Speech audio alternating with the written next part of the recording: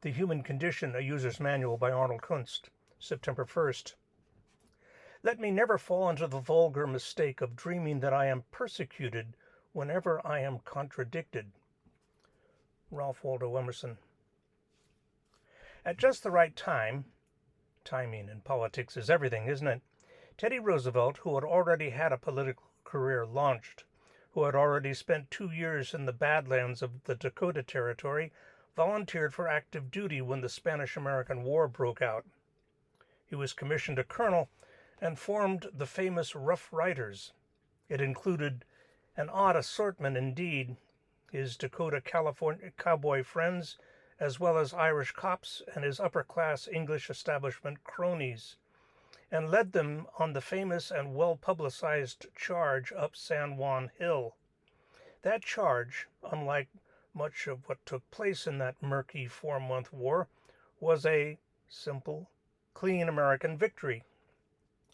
Largely because of the good press he got from the Hearst newspaper chain, Roosevelt caught the attention of President McKinley, who selected him as his vice presidential running mate as he sought re-election in 1900. A few short months later, after that election, President McKinley was assassinated, and Theodore Roosevelt became, at age 42, the youngest president in American history. He was called, with considerable justification, a steam engine in trousers.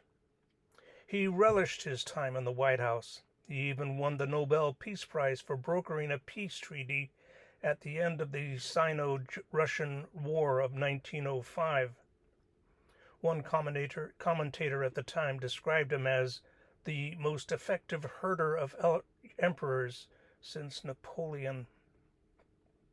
He easily won the 1904 presidential election in his own right, and almost certainly would have held on to the job he so much enjoyed in 1908, but he decided to chase off to an African safari instead.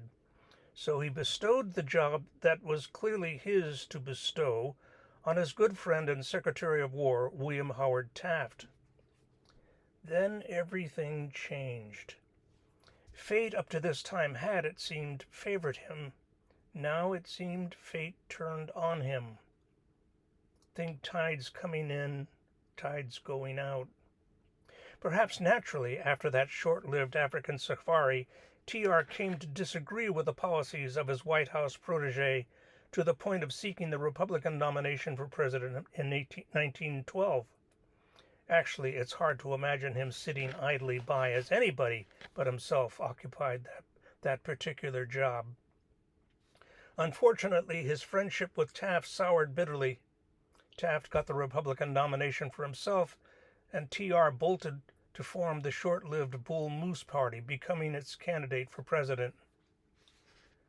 The ensuing bitter struggle hopelessly divided the Republican Party and gave the election that year to the Democrats' candidate, Woodrow Wilson. Despite his heroic efforts, T.R.'s unwanted retirement was confirmed.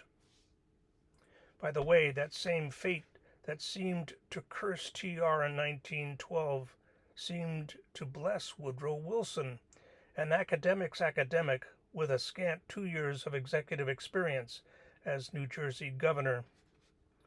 One star up, another down. Bummer. Arnold Kunst.